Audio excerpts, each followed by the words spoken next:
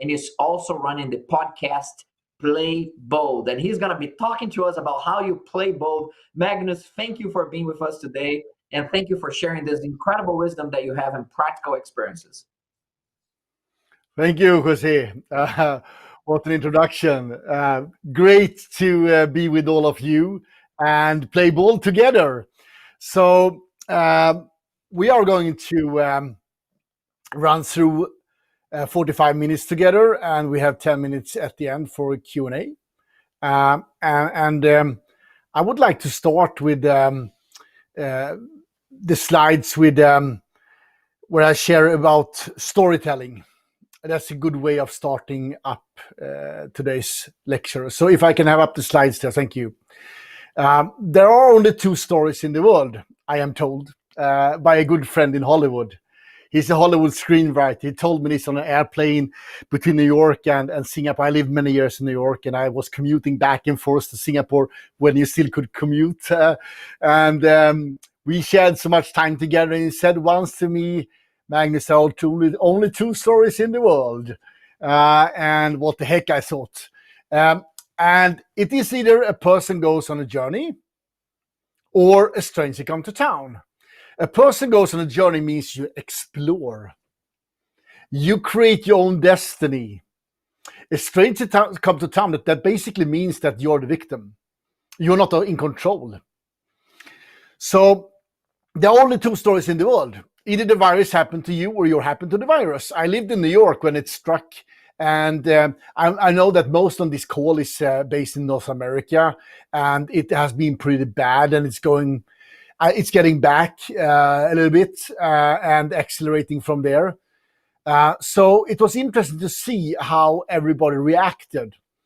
And I saw a tweet back in March where a blood center in New York said that they were actually giving blood plasma with antibodies in as a treatment. And that is happening to the virus. Now, the interesting part is that this was done the first time 100 years ago during the Spanish flu. It's not much new under the sun. We just have to be a little bit bold. And I'm going to loop back to that one. So during the World War II, Japan was very successful in hitting the US. And the US actually got shortage of metal and couldn't defend themselves. They didn't have enough metal for tanks or for ammunition or for airplanes. And how do you fix that? I mean, people is not going to sell that to you during a war. Not going to happen. Most likely not, at least. So they decided to do something very bold. They decided to put out the campaign. Bring in everything you have, from pans, pots, cans, cars, equipment. And people did. And they became quite successful in hitting back. They could melt down all the metal and get back in the saddle again. That is how you take control of your own life. So this is a picture from me in New York in March, no, April, sorry. Sorry, Red. And is that bold or stupid? Well, that was how it was. And it was $500 in penalty if you didn't have this equipment. It's very close to the left-hand side with the robberies. And I was actually, I couldn't help myself. I actually went to Citibank, to my local office. And I did actually enter in this costume. And they let me in. And I was able to speak with the manager. I happened to know the manager, but I mean, the guard didn't know me. So I asked the manager, hey, Mr. Babs, would you let me in if I looked like this, 3 months ago? And he was apparently saying, no way. Most likely you would shoot me, right? Yeah, most likely you would be dead already. so that these things are changing, and it's about attitude, which brings me into Joseph Schumpeter. He said 100 years ago, innovation is the creative destruction where entrepreneur combined existing elements in new ways. That means that everything already exists. The silicon was in the ground for billions of years until someone digged it up and created the transistor, which led to the CPU, which led to where we are today. Everything exists. It's up to you. It's your story. You create what's important for you and for the community and for the planet. You can't blame anyone, not even the virus. So we see a lot of interacting or interacting key drivers right now. They are like a woven, they are interlinked and interact with each other. It is global warming, pandemic, conflicts, hyper competition, trade war, demographic change, refugees, and the effect is devastating for the planet. And we need to understand where this leads us. We see supply chains that are totally different. They are already disrupted. I'm in several cases working with how to identify the new way of working, and it is quite transforming what's happening in logistics. Just as one example out of many. So we did some research and published an article for IEEE a few years ago based on our database, where we have the most extensive database in the world, actually, with data around innovation management, culture, capability, leadership, and so forth. We identified top 5 blockers hindering you from actually being bold and make really, really effective decisions. The question is not what you learn in your MBA. The question is, why do you not do it? That's the big question. You need to be bold. And why are people hesitating? There are 5 top reasons, and I'm going to walk you through one by one, and I'm going to link it to the pandemic, not because it is the only thing you can link it to. Rather, it's a way of explaining that all systems are self-regulating. If you put enough pressure on a system, it will self-regulate. Even if it crashes first, it will. The nature always find equilibrium. It might crash first, but it will find equilibrium. And when we put enough pressure on our systems in the world, they self-organize in the right way.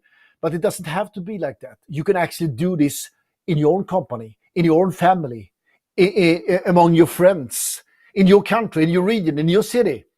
You don't have to go through this enormous pain. You can actually organize. That is what my research is about. That's what I'm consulting in. That's what I'm writing books about. And this is possible. And we've been able to prove it with 2,900 companies. Out of 10,000 that we studied, we cherry-picked 2,900 that have been around quite some time, and we detailed studied them. So let's walk them through one by one. We start with silos. In the beginning of the COVID, and when I refer to that, that's March. And when I refer to the current situation, it is today, the summer, and what's happening now. In the beginning, in Europe, no one wanted to help China or Italy where it started. No one. In the US, there was no federal help at all. It was like, okay, New Yorkers, take care of yourself. In China, the information was withheld. They didn't say anything. But suddenly, after a while and a few setbacks, when people realized how bad it was, they started to collaborate. They adapted. And in the EU, they started to actually collaborate and coordinate. Unfortunately, during the summer, when everything was going back to normal, they stopped doing it, which is sad. And now they pay the price for it. And I can tell you with 99% probability, they're going to collaborate again. In the US, it was federal support until very recently, which is kind of interesting in the US. Now it's gone. It will be back, because that is what's happened to all systems. But you could be proactive, actually. Then you have China.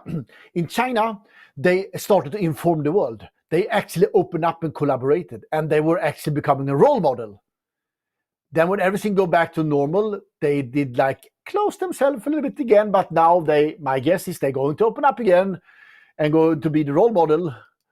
If we look to the next one, faith in objectives. You need to believe in things. In EU, they didn't believe in anything. They only struggled with the Brexit and with trade and unemployment rates and who is funding who. And suddenly they had a unified response. And it was very strong. Then it loosened up again, but it will be back. You can already see that happening. In the US, it was impossible to put up any kind of goals. No one had any interest in that. But what happened was actually that the president invoked the Defense Production Act. And that hasn't been done since the Second World War. That's unbelievable. And started to produce ventilators.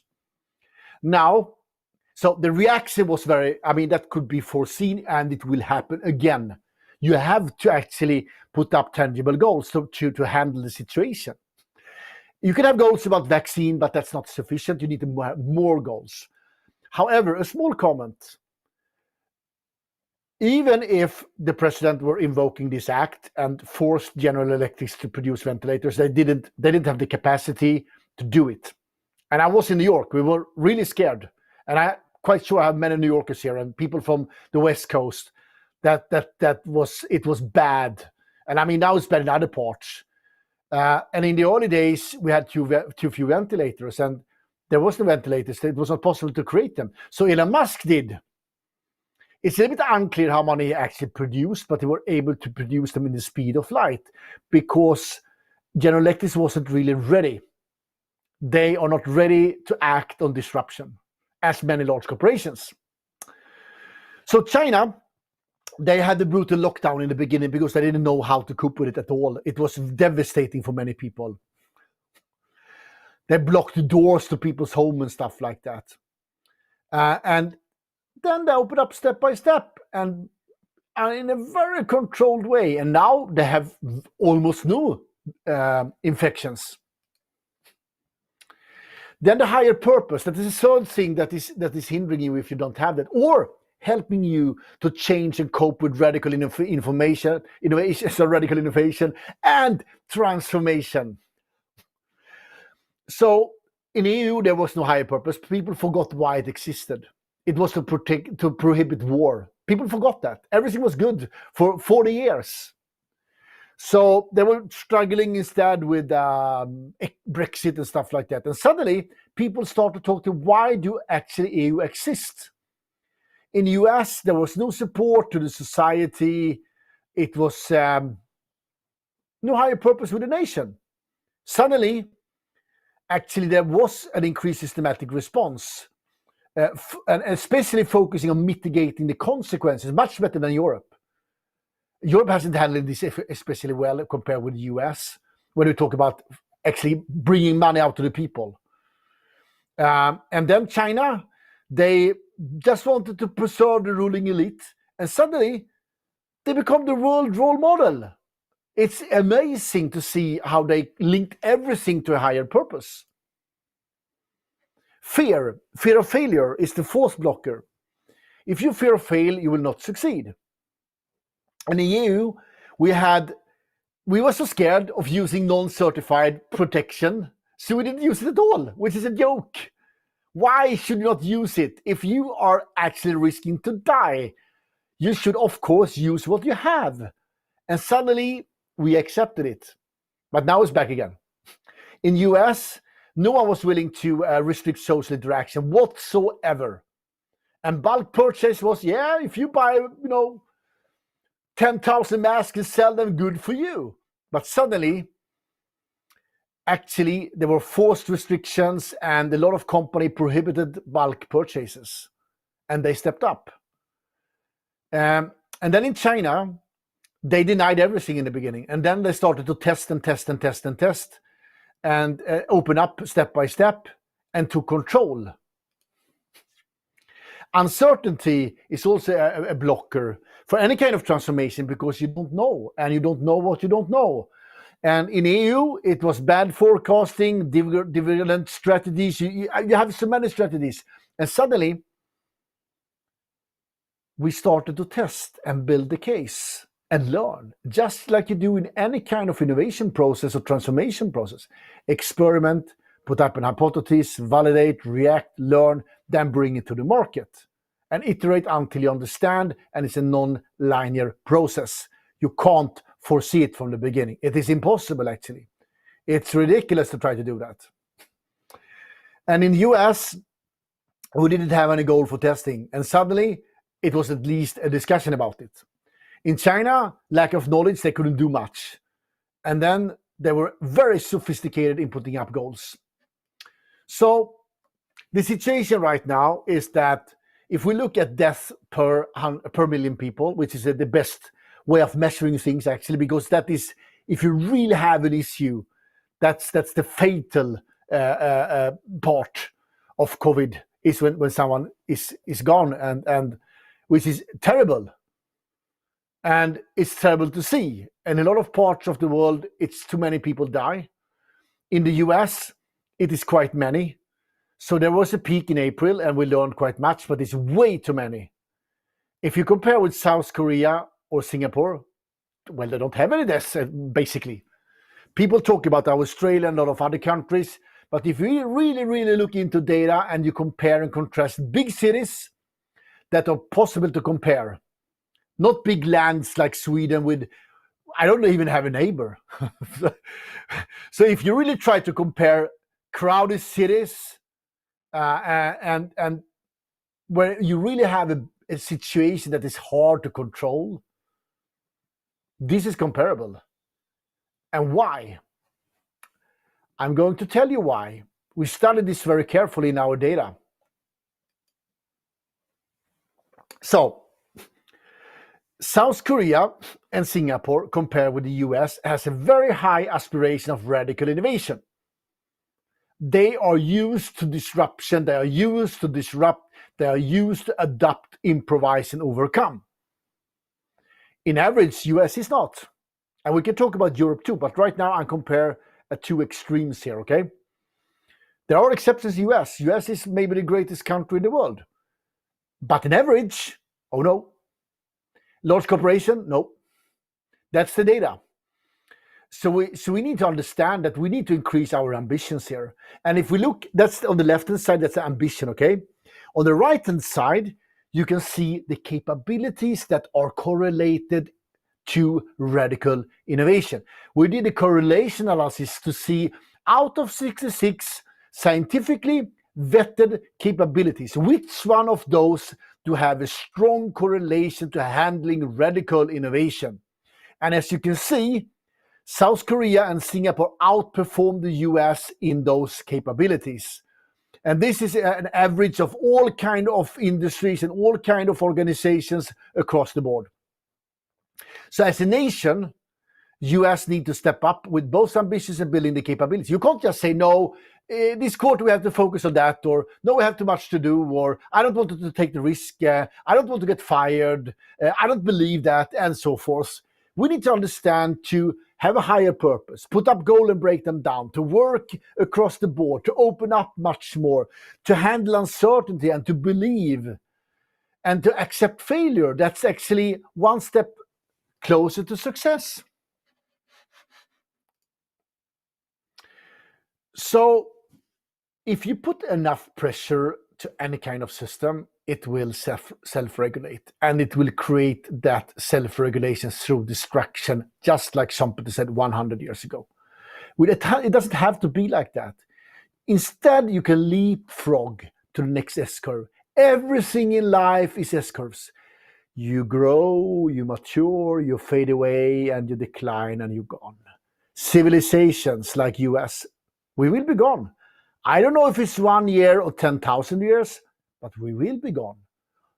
Humans, animals, organizations, everything will be gone. The good news is that an organization can survive and leapfrog. And in religion, we also leapfrog. Today's call is not focusing on religion, but if you'd like to, please listen to Play Bold. I have Islamic leaders, Christian leaders. I'm also actually invited the Vatican. And if there is anyone that is having a strong background in the Jewish religion, please reach out to me, or in Hindu or in Confucius learnings. I'm very interested to have you on Play Bold, by the way. It's very interesting, but this call is not about that. This call is about organizations. And we can extend the S-curve by doing what? Incremental innovation, continuous improvement. But it will die. We need to leapfrog to the next S-curve, to the next S-curve, to the next S-curve. And how do you do that? Well, you organize yourself for radical innovation. You train, you learn, you put up hypotheses, and eventually you leapfrog and you leapfrog. A few things will fail, yes, but you learn and you find the S-curve. And this is Play Bold. In the first horizon, here and now, in the second horizon, tomorrow, the third horizon, the future. This way, it doesn't have to end up like this. This is a model from Gary Hamel. It's a great guy. If you haven't listened to him, you should do that. We are in the sudden collapse phase. You can't do anything about it. That's where we are. As a planet, as a nation, as a society, that's where we are. But we can organize for getting back, but only in a scientific way. And we have to collaborate, and we have to believe, we have to work hard, we have to take risk, we have to experiment, we have to learn, we have to fail. And that way you don't have to become a Brooks Brother or a Sears or Kodak or Toys R Us or Hertz. It's unnecessary. And we're going to see quite many of those Chapter 11s very soon. When all the support is gone, it will happen. And Corona is only accelerating what was inevitable, what already will happen, but it will go faster. Now it's time to play ball, to take control, to mitigate uncertainty, to collaborate in cluster, to experiment and learn, to jump to the next S-curve, to identify the new normal, where you will have to cope with and understand electrification, automation, new superclusters, new way of working, radical pockets and protectionism, rebuild supply chain, revised healthcare policies. It's a new world out there. And you know what? We can do really good things. But we have to understand, we can't go back. It will not happen. Now it's time to organize and play bold. And you have to work with your culture. You have to work with your structure. You have to start to act. That's the important things here. And from a culture perspective, the right aspiration, the right leadership, the supporting values, and the capabilities. And out of these 66, I identified 5 blockers, but there are 61 more that you need to have in place based on the last 100 years of current thinking. You can also read about that if you go to Amazon and look at one of my books. I have a book called Assessing and Measuring Business Innovation. There you can see I actually published the whole framework. Just go there, download it. It's there for you guys. Just stay on top of it. When it comes to structure, it's about scenario planning, fast innovation management system with KPIs in place. You can do that. It's possible. We do it every day, every week, every month. And we accelerated that through Corona. And they add a pre-stage gated model. When you work with stage-gated model, I know that most of you do. It's the by far the most common process in North America. It's slow, it's rigid, and if you combine that with agile method, it will be even worse. So you need to add a pre-stage gated model to do that. Then you can speed up your new product development process with 30%. And you need to iterate over decision points because you don't know. You need to create feedback loops also in development. And when you tell that to someone, they always say, yeah, we do that. I can tell you a little secret. I have never seen anyone. And we work with some of the largest corporations in the world. It is not that simple. And you need to open up and be humble and say, let's make it better. Let's bring it on and let's learn. So that's the culture and the structure and the acting part. In these turbulent times, you need to establish a command center, but don't believe for 1 single second that an innovation lab will solve it. It will not. I've been personally and with my team closed down a number of innovation centers that failed. It doesn't work. You can't just buy yourself free. It is about culture. It has to be inherited, instilled. And for that, you can do an assessment. You can assess actually the whole innovation autonomy in your company. And based on that, draw conclusions. And in 3 to 4 weeks, you can diagnose it and give the right medicine. Otherwise, you will ask the same question a half year later and a half year later. And then you start an innovation center and everything is falling apart and nothing is working and you burn money and maybe you even get fired for that.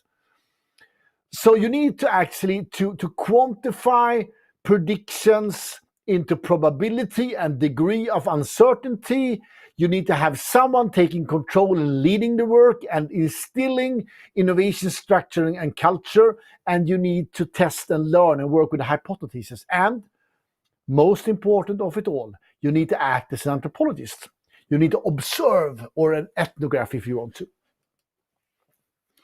So everything is about to understand and actually to do an assessment, that is to understand the iceberg of innovation. What's under the surface? You can't do that by asking, because people will not tell you, even if they know, and most of the time they do not know. You need to assess, and you see the cover here on the book if you'd like to read that one. It's give you very good guidance, or you can reach out and do this kind of work.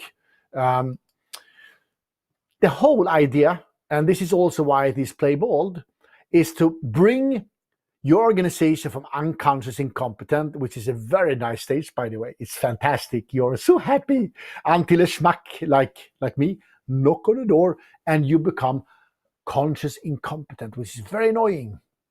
It's very annoying. Then you work hard to become conscious competent, and you start to teach others, and then you become annoying for everybody else instead. And suddenly you become the master, the unconscious competent. This is playing bold. And it hurts in the beginning. But you know what? That's life. But you can shorten this and you can make it less painful by assessing and having a scientific approach. But one day you have to face reality. And if you do it sooner than later, it will be much more efficient and you can actually gain from it and grow more and do more good and create more sustainable impact. Waiting is not a good answer. For this, you can use a framework. It's also published in the books, and you can map things out in this wheel of innovation. It's actually a patent kind of cool way of doing it. You can find it in the books, and you can do it yourself or with systems. And if you do this work, it's proven in large study by PricewaterhouseCoopers that you increase the profit with 22%. It's pretty cool. And you grow like 40, 50% more. I would like, before we have the Q&A, to give you 7 golden rules to play bold from me to you. The first golden rule is to break silos. Every large and mid-sized organization has silos. You have to break them down. You have to start to collaborate. It might be that you perceive that you get in a less favored position because someone is doing a better job than you're doing. But they will beat you anyway, so join them instead. Bringing down the barriers is imperative. And to do that, you need to believe and have a higher cause. That is the 5th rule. I will come back to that. Then you have to accept uncertainty because you don't know. And uncertainty is not the same as probability. It's 2 different things. And listen now very carefully. There are 2 units in math or philosophy that can't be divided. Uncertainty and infinity. You deal with an infinite number of possibilities with total uncertainty. You can't divide these 2 units, which means that Agile method and SIF and other framework is absolutely meaningless when we talk about radical innovation and transformation in situation like we are in right now. You need to treat it in a holistic way, and there are good methods for that. You have to start with accept uncertainty. You can be more sophisticated and talk about the degree of uncertainty. And then you can combine that with probability. And then you can say, this is the probability and this is the uncertainty in percentage of the probability. Then we're really moving to a more sophisticated way. That's, by the way, how NASA is doing things, because they have to. Then to break down goals into action.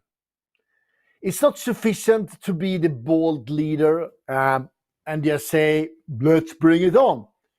You need to play ball the whole way. You have to work yourself through every layer.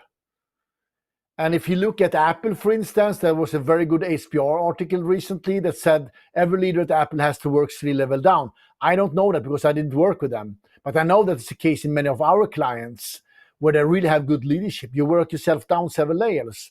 And that way you can support people to break down into actions. The worst thing you can do is to give someone a bold goal without helping them. If you want to play bold as a leader, you need to help people to break down the goals. That's bold. Then you have to learn from failure. And you can do a lot of failures, but I always say fail fast and fail cheap. But you need to fail, and most importantly, you need to learn from it. Then you have to have a belief. You need to dare to believe in a higher cause that motivate people. It gets you back in the saddle immediately. And then you need to train, act, learn again. That's the only way. And never ever say it is impossible. Instead, say what is now possible.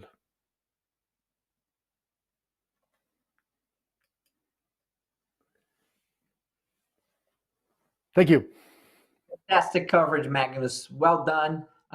You have covered so many areas there that we can spend hours discussing. So I'm going to try to make the most out of our time together here. I want to engage the audience with any questions that you have, to put them on the questions in the app, and I'm going to be monitoring that.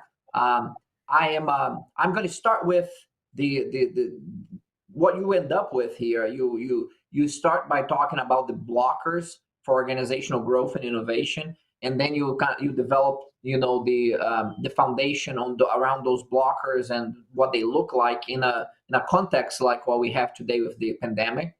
And then in the end, you provide a list of what we need to do, and a lot of those items in that list attack those blockers.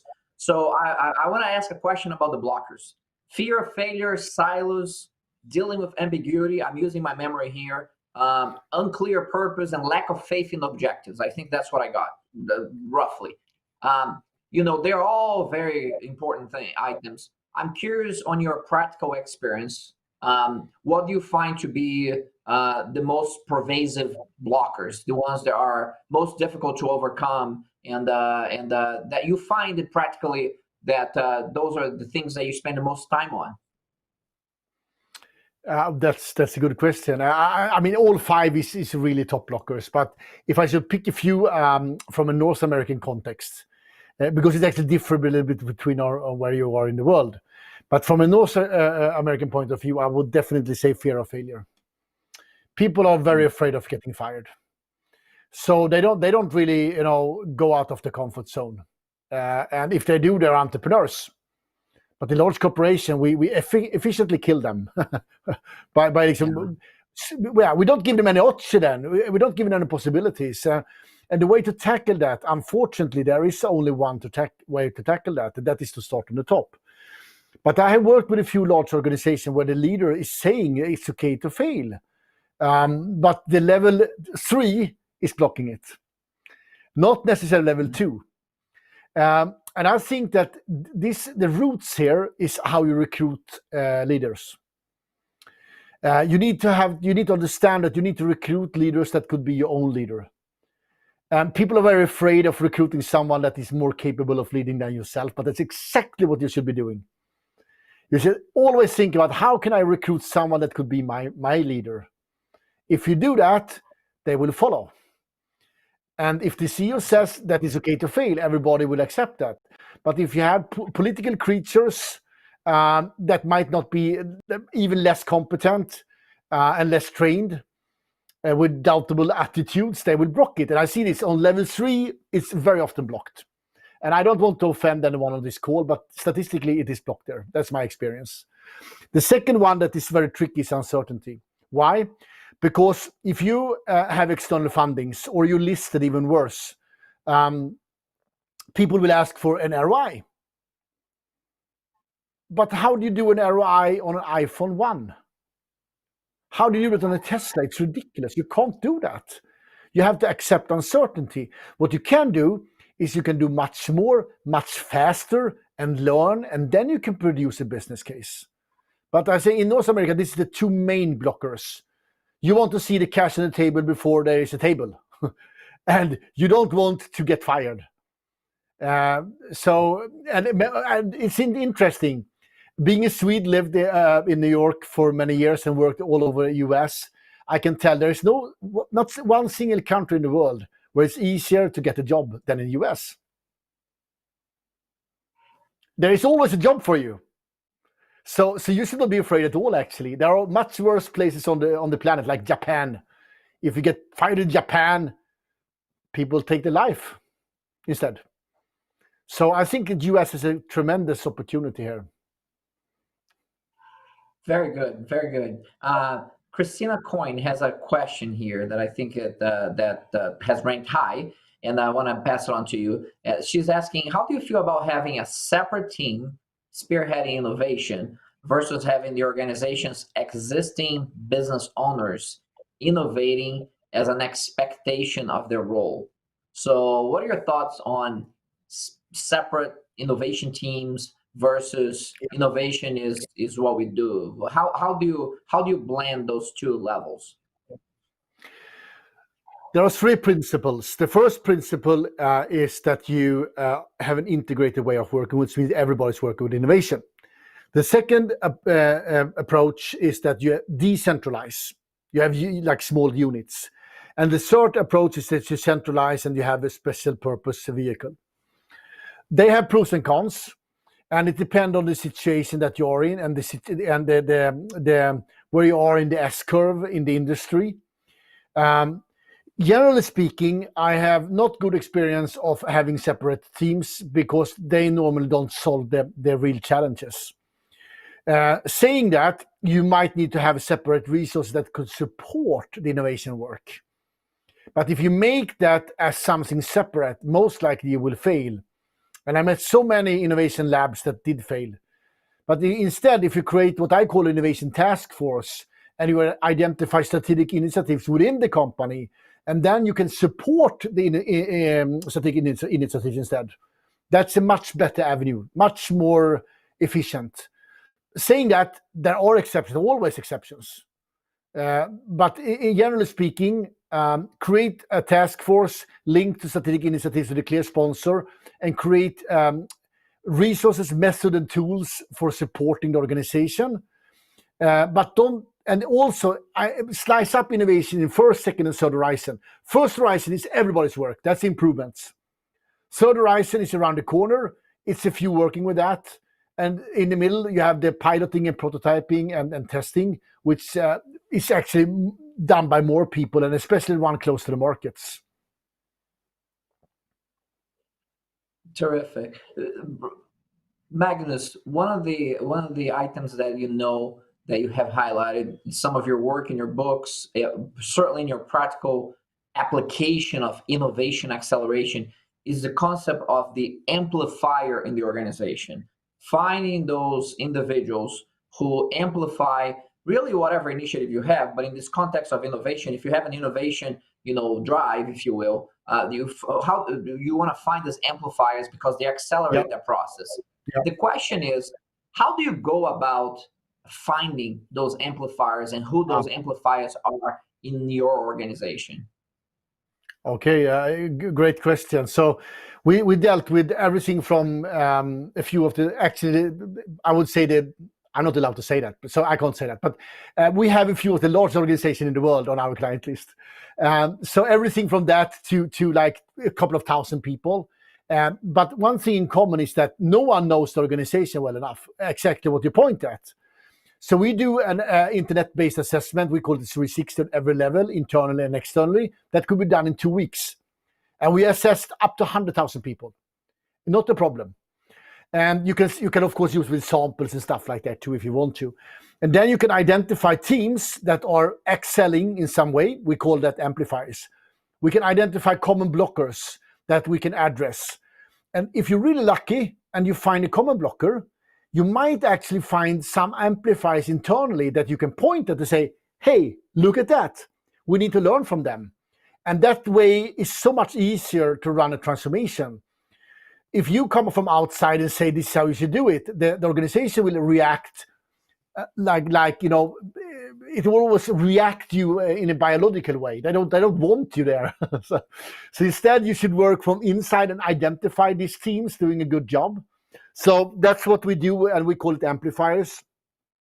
And then we use that to break down the blockers, basically. That's a very interesting perspective, that you're identifying both the amplifiers but also the blockers, because there may be a two-pronged approach here on those. Makes sense, makes a lot of sense to accelerate this process. In organizations, when you look, I mean, you work with organizations all over the world, in all industries. When you look at the best of the best, what does their organization portfolio and structure look like? I would say, without doubt, they have a balanced portfolio with what I called H1, H2, and H3 projects. And they risk mitigate by not doing what I did yesterday. They risk mitigate by creating portfolio, just like you invest in a fund. You need to have something for the future, something that you try now, and something that is the basic blood circular. They're very good at that. And they also put a lot of effort into to move them from Horizon 3 to Horizon 2 and Horizon 1, and pretty efficiently kill them if they don't fly. That, I think, is in common for all of those very successful companies. Fantastic. Magnus Banker, always a pleasure to talk with you. Tell me a little bit. Play Bold is coming up next year. And what is the best way for us to learn about Play Bold? Is that going innovation360.com, playbold.com? Where do we go? Yeah, so innovation360.com/playbold. There you will find everything. You will find the podcast. You will find news about the book. There will be some goodies, giveaways. It's very collaborative, and I'm also, now we just finalized the first season. It will be second season, actually, the next year. And the book will be launched 2nd of February. But innovation360.com/playbold, and you will find all the information you need. Very good. Magnus, thank you so much for sharing your wisdom with us from Stockholm to the world today. And look forward to learning more about how to play bold, how to stay relevant, and create social good and business good with innovation. So thank you very much. Thank you. Ladies and gentlemen, this wraps up the session, and I want to just mention to you again, I mentioned at the top, but I've seen in the app that some of you had some problems with the audio when I was speaking up on top. So I'll just summarize a little bit. I was remind you up on top when I started the session that the virtual booth $1,000 prize giveaway, you need to meet with 5 different virtual booths to get that.